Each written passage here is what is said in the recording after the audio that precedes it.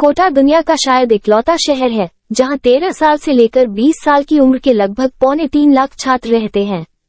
इसे सपनों का शहर कहा जाता है और इसकी वाजिब वजह भी है। यहाँ हर साल हजारों बच्चों के डॉक्टर इंजीनियर बनने के सपने पूरे होते हैं। इसी सपने को पूरा करने की चाहत लाखों बच्चों को कोटा खींच लाती है। लेकिन कुछ बच्चे अपने सपने और माँ बाप की उम्मीदें टूटने का सदमा सह नहीं पाते और मौत को गले लगा लेते हैं।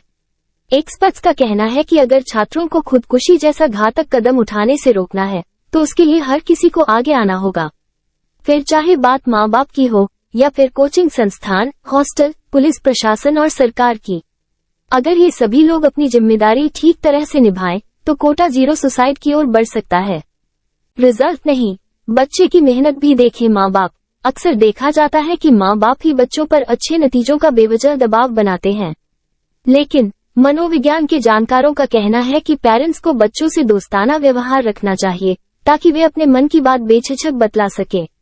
इससे कोई अनहोनी होने से पहले ही एहतियाती कदम उठाए जा सकते हैं। कुछ पेरेंट्स अपनी जिम्मेदारियों को बखूबी निभाते हैं और अपने बच्चों का मन टटोलते रहते हैं। लेकिन कई माँ बाप ऐसे हैं जिन्हें सिर्फ अच्छे रिजल्ट से मतलब है। वे बच्चे की मेहनत और परेशानियों को एकदम से नजरअंदाज करके खराब रिजल्ट के बाद उसे झिड़कने लगते हैं। इस मानसिकता को बदलने की जरूरत है। कोचिंग संस्थानों को भी समझनी चाहिए अपनी जिम्मेदारी। वरिष्ठ शिक्षक शशि प्रकाश सिंह कोटा के कई प्रतिष्ठित कोचिंग संस्थानों में अपनी सेवाएं दे चुके हैं। उनका कहना है कि अगर प्रशासन की गाइडलाइंस का ही सही तरीके से पालन किया जाए तो काफी हद तक बात बन सकती है। कुछ साल पहले प्रशासन ने हर कोचिंग संस्थान में साइकोलॉजिस्ट काउंसलर नियुक्त करने और हेल्पलाइन नंबर जारी करने के निर्देश दिए थे। लेकिन मसला ये है कि यहाँ पढ़ने वाले छात्र काफी कम उम्र के होते हैं। वे समझ ही नहीं पाते कि उन्हें कोई मानसिक समस्या है, लिहाजा न तो वे काउंसलिंग के लिए जाते हैं न ही हेल्पलाइन पर कॉल करते हैं। इस समस्या से निपटने के लिए कोचिंग संस्थानों को ही उन छात्रों की लिस्ट बनानी चाहिए जो रेगुलर क्लास के लिए नहीं आ रहे होते या फिर किसी बीमारी की बात कहकर छुट्टी लेते हैं। इस तरह के बच्चों की काउंसलिंग करा के भी किसी अनहोनी को रोका जा सकता है, क्योंकि अवसाद में आने का पहला लक्षण ही यही है कि बच्चे क्लास बंक करने लगते हैं। हैप्पीनेस करिकुलम की जरूरत। जो बच्चे कोटा पढ़ने के लिए आते हैं उनके हैप्पीनेस करिकुलम की भी कोचिंग संस्थान को व्यवस्था करनी चाहिए।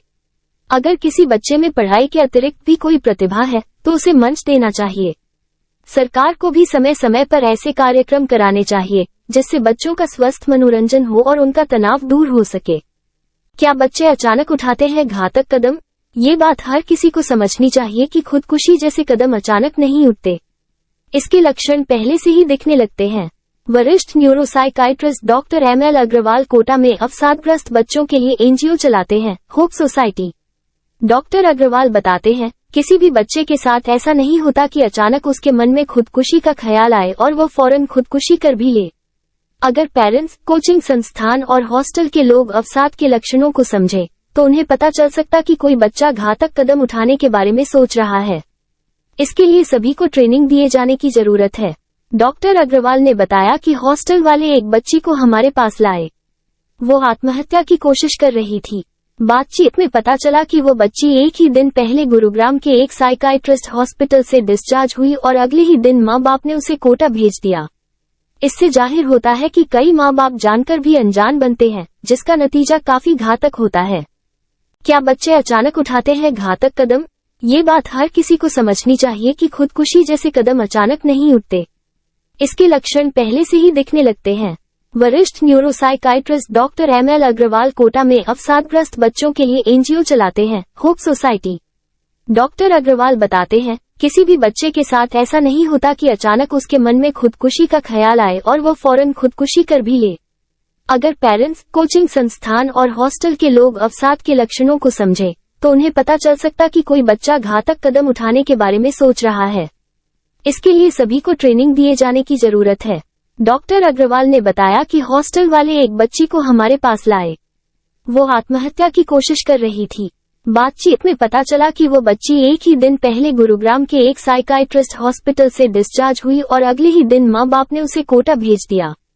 इससे जाहिर होता है कि कई माँ बाप जानकर भी अनजान बनते हैं, जिसका नतीजा काफी घातक होता है। बच्चों के लिए सुलभ करनी चाहिए मानसिक समस्या में मदद। मनोविज्ञान के जानकारों का कहना है कि कोटा में कोचिंग संस्थान और पीजी हॉस्टल के नजदीक मेंटल हेल्थ क्लिनिक भी होने चाहिए। वहां महिला और पुरुष दोनों स्वास्थ्य कर्मी उपलब्ध होने चाहिए। बच्चों के बीच जागरूकता अभियान भी चलाया जाना चाहिए कि मानसिक समस्या के लिए मदद लेना कोई सामाजिक अपराध नहीं। इन क्लिनिकों को हर कोचिंग संस्थान में समय समय पर कैंप भी लगाना चाहिए ताकि जो बच्चे किसी कारणवश क्लिनिक नहीं जा पा रहे, उन्हें चिन्हित करके उनकी मदद की जा सके।